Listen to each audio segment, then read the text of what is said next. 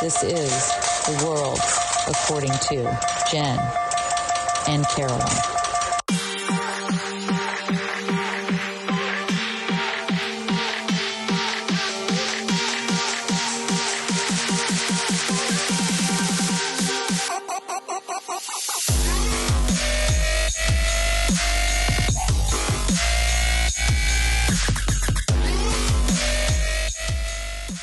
Hey everybody. What's up? I know we've been gone a while and we're back. All up in your ears with the resurrection. I fucked off to Europe for almost 2 weeks with my husband, and Auntie Carolyn is not just my co-host.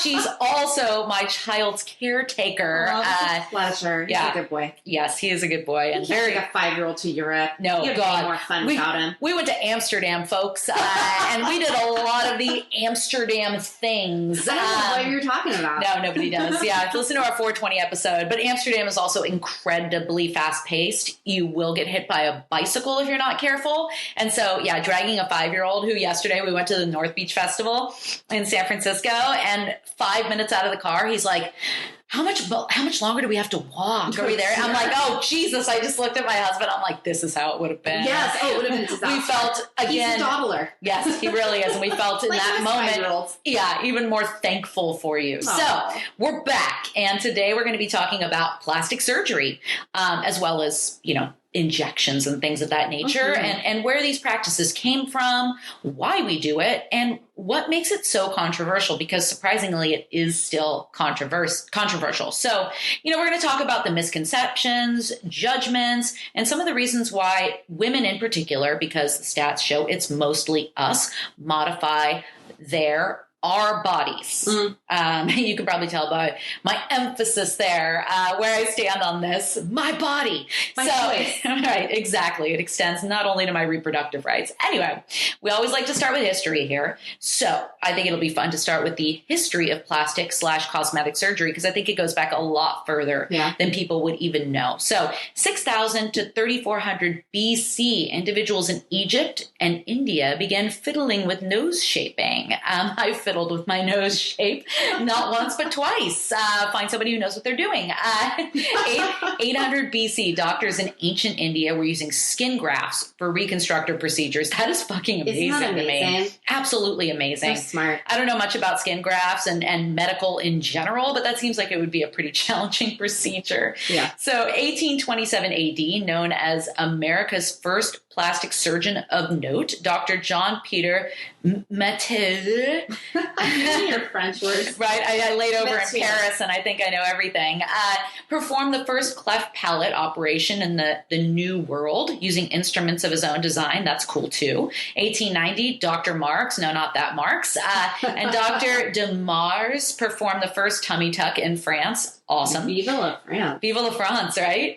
World War I. So plastic surgery procedures created, techniques that modified and reconstructed soldiers' faces. If you've ever seen the pictures that really freak me out and make me sad simultaneously, it's like a soldier who takes off this very realistic looking mask to reveal that half his face is gone. Yeah. Apparently they were trying to take care of that shit back then. Yeah. So 1917, this British soldier named Walter Yeo, sustained extensive injuries to his face during the Battle of Jutland. He's considered to be the first person known to benefit from plastic surgery performed by Sir Harold Gillies. Otorlaryngologist. Wow, from New Zealand. That's a mouthful, and I think it also has to do with the mouth. Yes, it does. See, that much I was able to deduce. 1918, psychology of cosmetic surgery patients to Freud's. Oh, this is you. I did this last time because this is our second time recording this. We wanted to make some adjustments. So tell us, this is all you. Anytime the psych stuff comes up, I need to look to you. So tell us about Freud and the Wolfman, dude. Wolfman. Well, he had a scar, a cyst removed, and it became an obsessive compulsive focus of him. And a lot of what you're going to see in more psychology of plastic surgery is people who have body dysmorphia or issues where they see something that's not really there. Right. Wolfman, I remember because he had a lot of dreams about a wolfman, and that he drew these really cool pictures. When I Googled it, I was like, I kind of want to own some of these. I'll put that shit in my house. But it was interesting to Freud because, again, it's this idea that something's not wrong with you, but the person still feels something is wrong with them. Interesting. And that concept is still very much ingrained in doing assessments for plastic surgery or reconstructive surgery with people who they're like, well, but you're fine. And if we do this one more time, Michael Jackson, your nose is going to go. Yeah, no, that makes total sense. It's always Freud. Yeah. That shirt, that screenshot I sent you, it's like a Dark Side of the Moon cover with Freud on it. And it says, Pink Freud, the dark side of your mom. If you're a fan of Freud or know anything about Freud, you'll find that funny. It's true. So in 1951, Sir Harold Gillies performs the first gender confirmation surgery, which is awesome. 1951.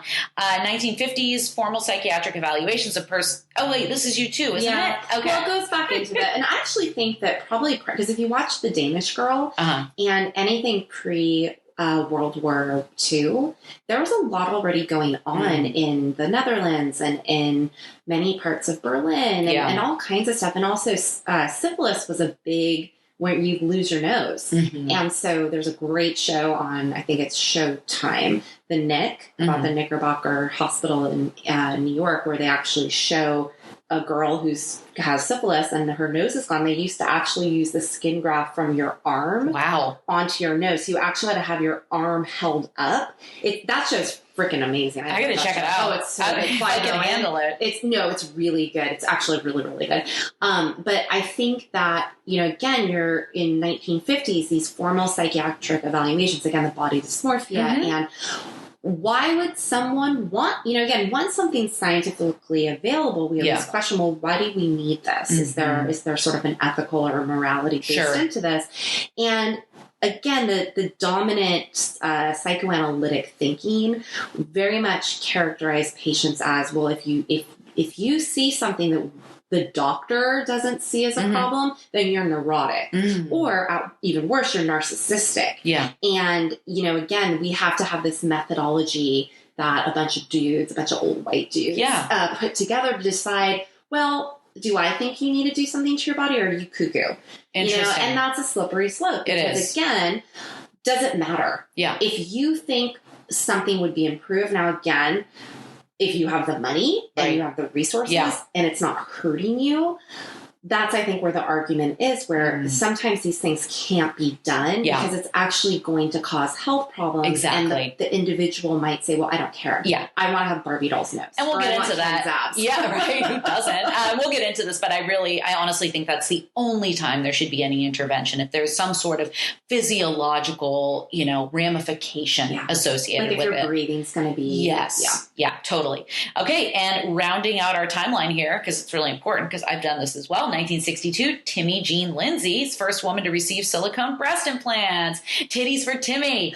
Yay! All right. So, we started kind of to touch on this briefly, but why do people get plastic surgery? Now, let's talk about the 5 most common surgical procedures. Carolyn, can you guess what they are? Boobs. That's one of them. Number 1, then? Yep. No. Oh, really? Nope. Nose. Nose is number 1. Oh, okay. Skin grafts? No. So you got nose, you got titties. Nose is first. I do. I have a nose and I have titties. Yay! Thank you for telling our listeners. Yes, this is true. She's all natural in that sense. Yeah. Exactly. So the first is nose. Second is eyelid surgery. Then you have facelift, lipo, and breast augmentation. So then, we also have these non-invasive procedures, which Carolyn and I both benefit from. We've got Botox, filler, laser resurfacing, chemical peels, intense pulsed light. So those are the most common ones in terms of the non-invasive. So I know about Botox from my dating. Oh yeah, well you know about it because you made the choice to get it. But tell us he didn't like it. Tell us who he is and why he didn't like it. Because this gentleman on our date, on our meetup, right after, this was back when I was single, he we're talking, and having drinks, and he goes, your eyebrows don't move, your forehead doesn't move.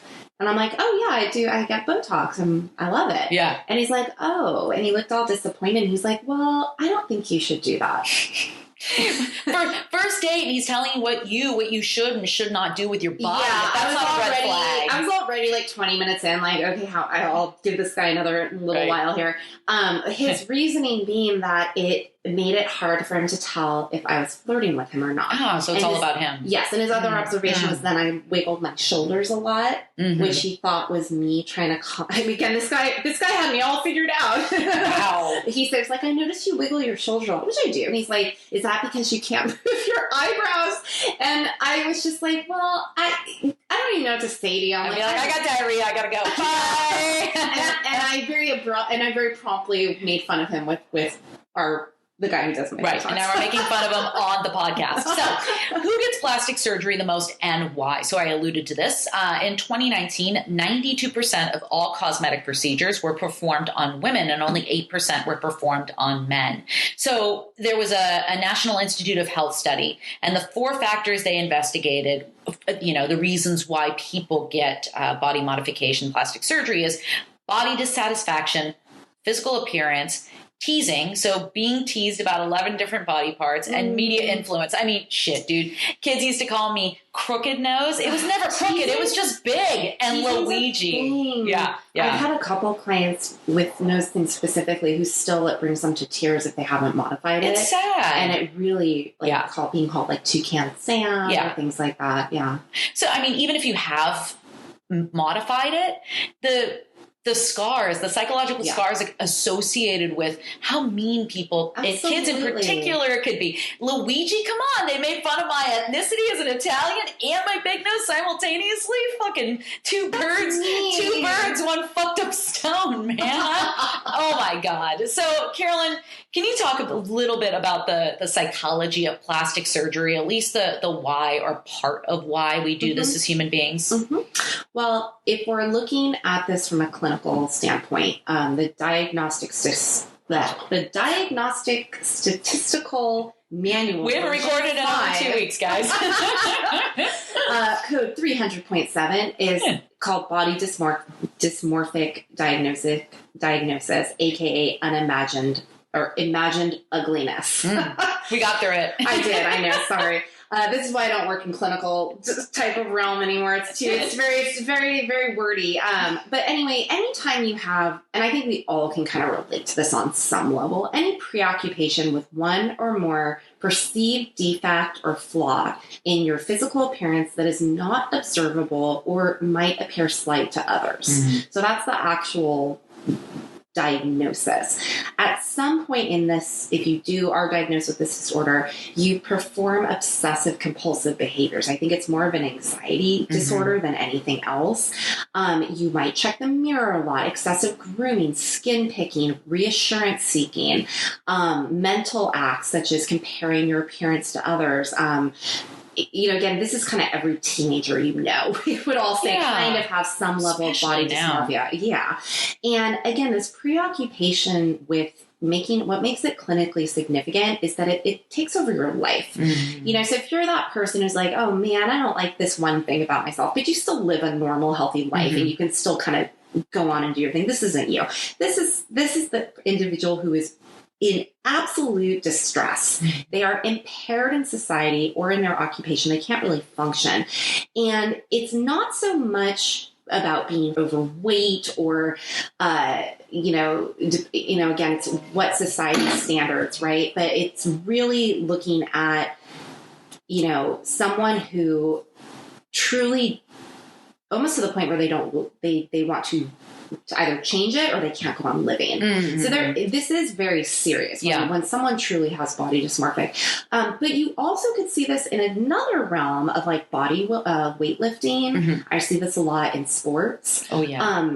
That this obsession with getting our bodies are pretty amazing. If we put the right food and we put the right muscles and weight on us, you can transform your body. And that's a cool thing when you become obsessive about anything. But again, if you're part of a culture like the weightlifting community, that obsession is actually okay. Yeah. So you're technically anyone would be defined in this role. Yeah. But I think that's part of what they do, and that's how they make their money. And again, in an Instagram culture or social media culture, you can make money doing this stuff. Yeah. And it's competition too. And it's competition. And so, it's where I think where we're looking at it from the plastic surgery lens is when you're actually physically not doing some of these things and you're resourcing science to do these things for you. I don't know. I'll never have a 6-pack. Maybe I will if I did more crunches. But if I really wanted that, I could pay for it, which I couldn't do. So I'm just going to deal with not having it. But, that's where someone might go, Carolyn, why are you doing that? Why are you so obsessed with that? Yeah.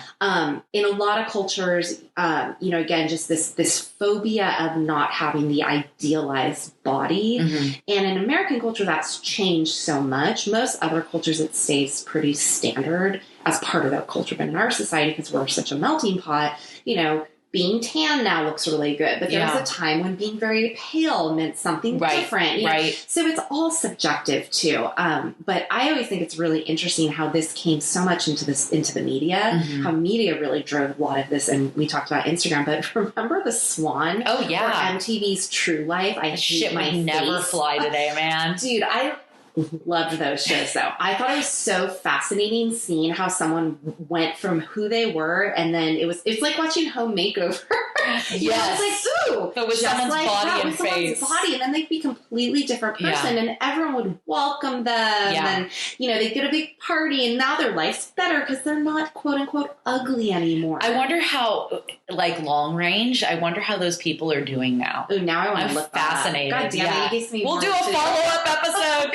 But I think that this was, it's something that we have to be so careful with our kids about. We have to be so careful with people who are a little bit more vulnerable or a little more insecure because you see this unattainable and with the way that things are photoshopped and, nothing's, you look at a magazine and go, I want that skin. It's like, yeah, but look what they did to have to create that real. skin. It's not real. No. So we have pores, everybody. You're buying into an unattainable. Right. And that we're going to get into that. But, I think, what makes this anxious fear and what makes this belief system about who you are and what your body is, it's definitely, there's a neurobiology, there's a nature nurture.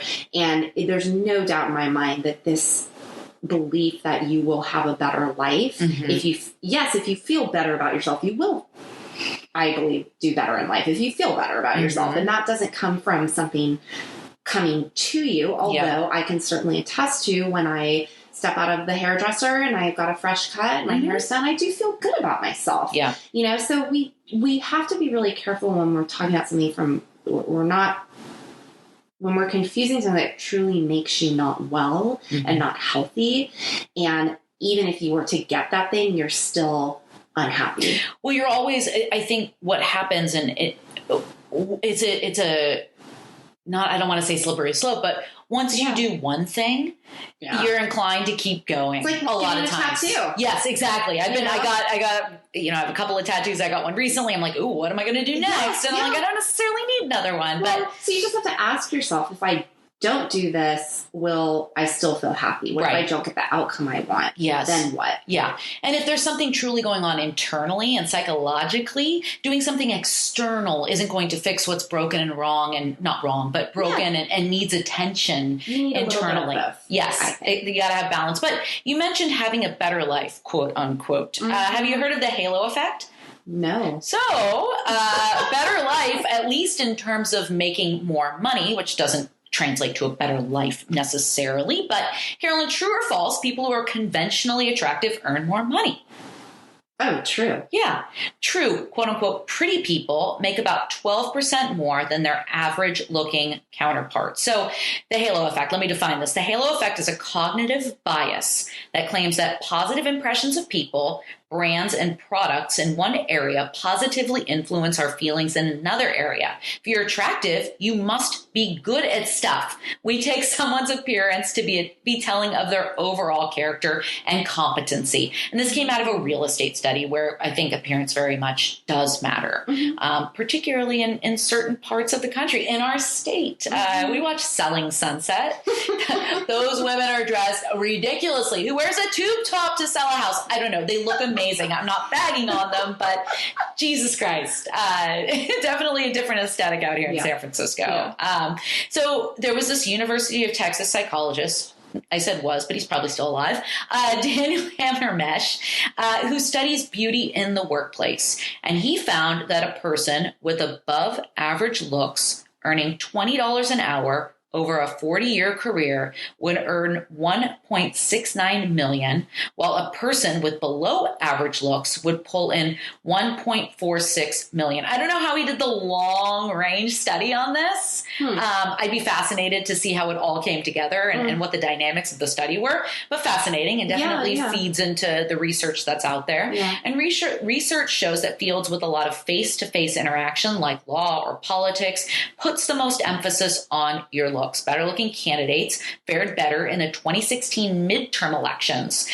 This came out in a 2019 study published in American Politics Research. And attractive incumbent candidates vying in male-only districts fared especially better, of course. If you look like, and I'm just going to pick somebody at random, AOC, who is conventionally beautiful, it's actually somewhat disturbing to hear certain men talk about her and talk first about her appearance and second about her qualifications, when as a woman I would like to see it be reversed. Yes. I can respect how beautiful she is, absolutely, but she's also highly intelligent and fighting the good fight as far as I'm concerned.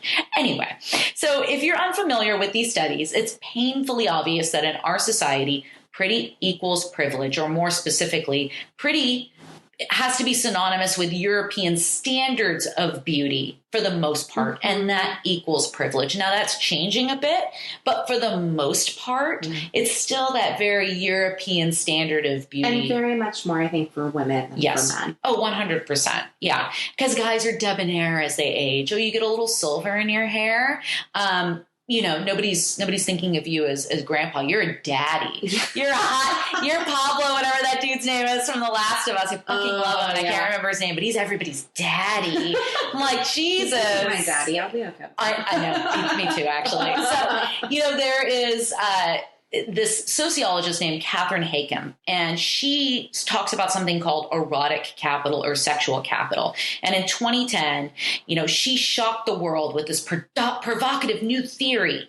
You know, she said, in addition to the 3 recognized personal assets, economic, cultural, and social capital, each individual has a 4th asset, erotic capital, that he or she can and should use to advance within society. In erotic capital, Hakem marshals a trove of research to show that rather than degrading those who employ it, erotic capital represents a powerful and potentially equalizing tool, one that we scorn only to our own detriment. So this is what she said, she being Professor Hakem, in a Slate article in 2011. She said, and the whole purpose of my book is to say, for men and women, there's absolutely no reason to feel ashamed of exploiting it, and no reason at all for you to be embarrassed at saying this has value.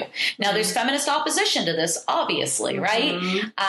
You know, oh, you're just employing the tools of the patriarchy and you know, only strengthening the patriarchy by playing into this aesthetic that the patriarchy wants to see. And, you know, it's controversial also from the perspective, it being her theory, because Hakem has been accused of speaking from a place of privilege, which is totally true. And she is relying on white heterosexual women as kind of the universal norm. And that's not, you know, just simply sexist and racist, but it really overlooks how intersecting inequalities impact women's social mobility, you know, intersectionality, right? Right.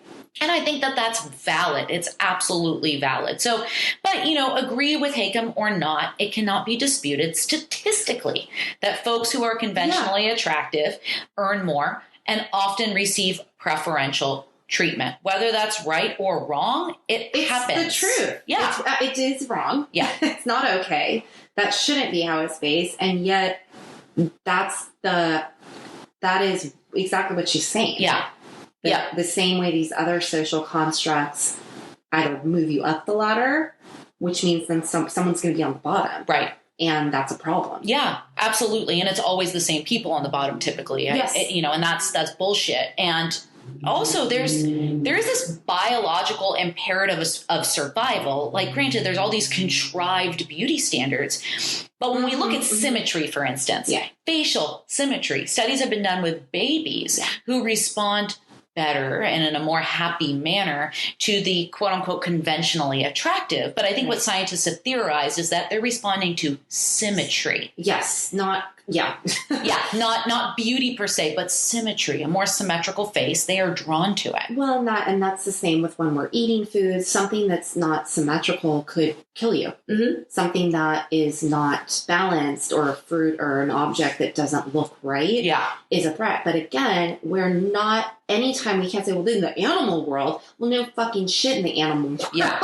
But there's a different hierarchy of, like, you eat and get eaten. But humans don't eat each other, right? We eat each other through money. We eat each other, Well, in the capitalist society, we definitely do, but we're not devouring literally one another on the plains of the Serengeti. But it might as well be, because that's what they're saying. They're saying, well, if you're more equipped, if you have the money, if you have these things, you will do better. Therefore, if you don't, you're fucked. Right. And it does become survival. If you, for instance, again, in the social media generation, you're like, oh, I don't look like a Kardashian, for instance. Sorry, Kim, I'm going to pick on you. Then you feel as if, I'm not going to be able to move up in society, whatever it is you want to be, whether or not you want to be a YouTube star, or whatever the fuck you want to be, right? She has a certain aesthetic that appeals to a lot of people. Her and her family are a globally recognized brand. And if you're a young, impressionable teenager, or even an adult, and you're perpetually comparing yourself to this person, your survival becomes inextricably linked to your fucking appearance. And not only to your appearance, but what your appearance looks like in comparison to these people who have been elevated by our star fucking struck society. And they don't even, amen. Take a breath. Take Preach, a drink. bitch. But even the Kardashians don't look like the Kardashians anymore. No. This is exactly what they did. They said, well, this is what will get us more money. Cool. We'll do it. We will brand ourselves. And now we are a brand. And what makes humans is our ability to teach a baby, hey, just because something's not symmetrical, yes, a flower might look more pleasing. If you have to use your critical thinking that when you're in the real world, that's actually not what makes someone valuable. That takes teaching, and that takes parenting and support. Is that why my child's obsessed with pizza? Because it's a perfect fucking triangle.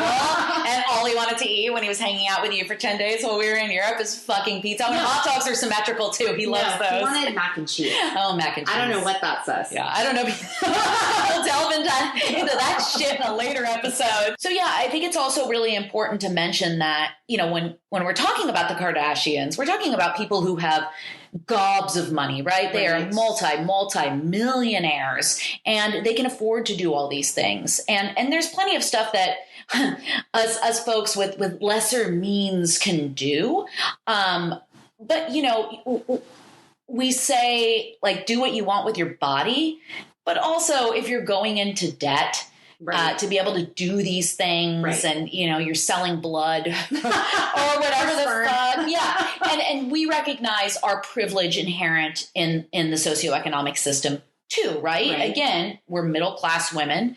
I'm not saying I don't put this shit on a credit card when I go, but I can afford to make my payments, etc. I have a specific credit card for plastic surgery, or for injections rather.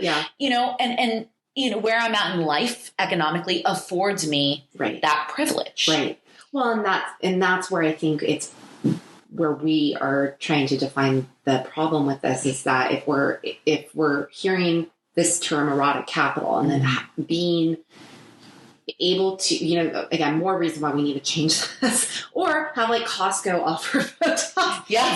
It's the same way I look at the internet, or, computers. Or cell phones. This wasn't accessible to everyone. That's right. So if you're saying this is actually looking a certain way will give you career longevity, will give you financial longevity, will give you dating longevity, well, then we have to make it affordable for everyone, or you are being elitist in that system. And again, yes, there are, our guy in particular spends a pretty substantial part of his career doing Doctors Without Borders. Yeah, fixing cleft palates for children in Latin America. Things like that. I don't think a lot of Beverly Hills doctors are getting free Botox for the poor, Yeah, and what he does obviously is... but what I mean, so I think that's where, again, if we're saying, okay, all kids need phones or all kids need computers in order to be successful academically, well, then maybe we should be offering insurance for Botox. Hey, if we know that quote unquote better looking people make more money and they're everybody,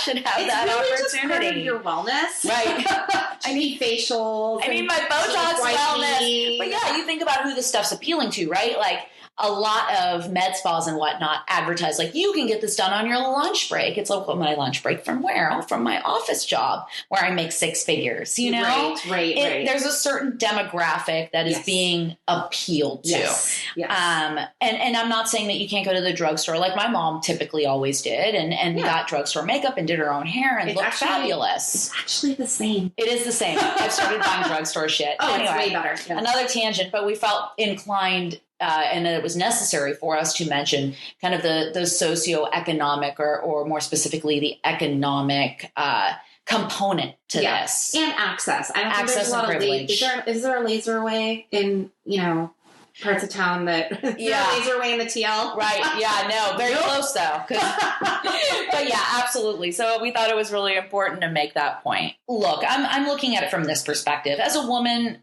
granted, I always say this, I have absolutely no problem with acknowledging my privilege as a white woman and as a middle class woman. The latter was not always true.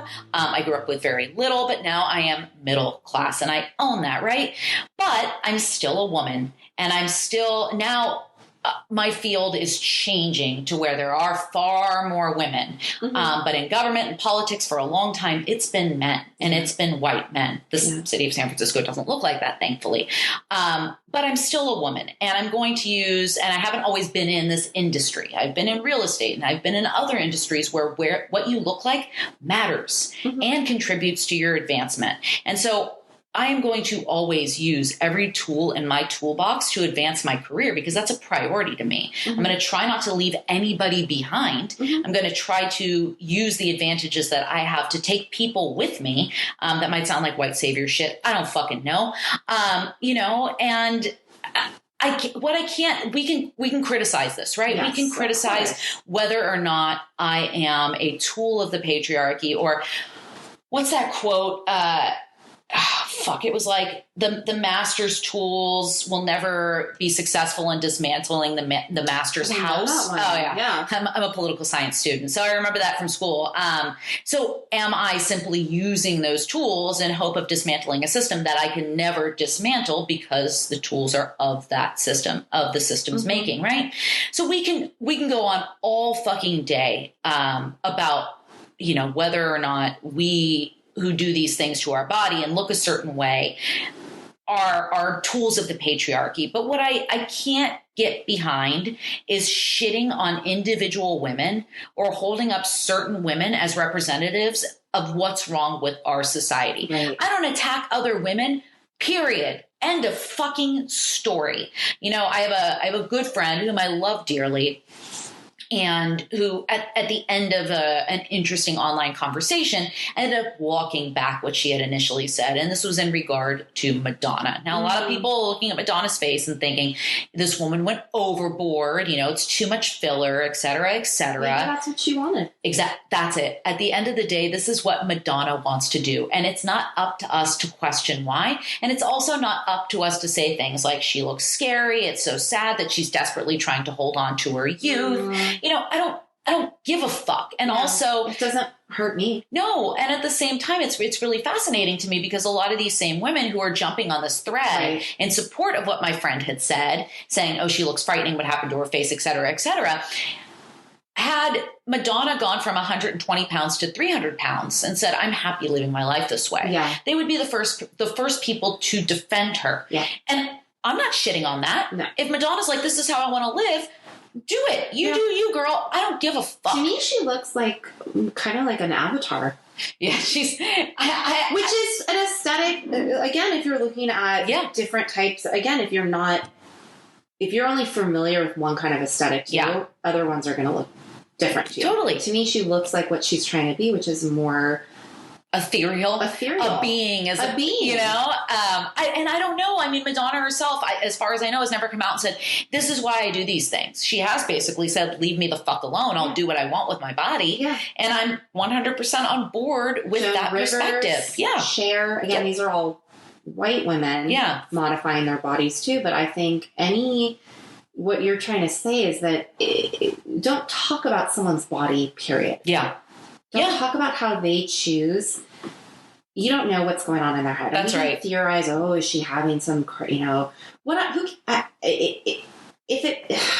I don't know. I can't talk to her. Yeah, exactly. Yeah, I have unfortunately, I have no access to Madonna. God, I wish I did. And if I did, I would not talk shit. That would not be on the docket. No. I'd be like, can we sing "A Beautiful Stranger" or some shit together? Dude, I don't know. Tell me about Sean Penn. Warren Beatty. I have so many questions. Yes. How was it to play Breathless Mahoney? Madonna is a fascinating, fascinating person. But anyway, I say this to say, I don't understand why, and particularly in progressive liberal circles, why women say, oh, this is not right. This is not acceptable in terms of what somebody's done with their body. Right. Whereas this is. Don't touch my reproductive rights. Right. Don't tell a woman what to do with her reproductive organs, but tell her what she should and shouldn't do with her face and her body otherwise. I think we do know why, though, Jen. It's because when a woman says that, they're judging that woman's perceived participation in a patriarchal society. That's right. Oh, you're trying to look young because you're buying into what men think women should look like. Therefore, if you let yourself age, quote unquote, gracefully. Oh, I hate that term. That means something better about you. Right. So if you don't, then that means something bad about you. Again, you're creating a dichotomy that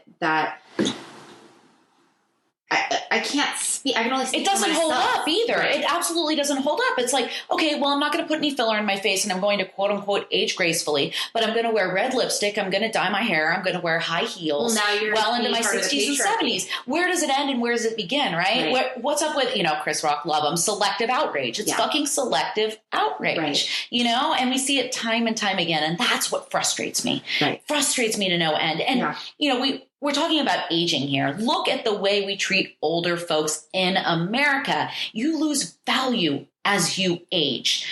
This isn't my perspective, but this is a larger perspective from a lot of people, right? You lose value as you age, especially women. I read a study recently that said ageism in the workplace starts for women at 40. Oh, shit. 40, dude. I'm 42. We're viewed as incapable of learning new shit and often get passed over for promotions. What the fuck? So why is it any surprise that women in particular want to remain youthful looking, especially those of us who are in the workforce?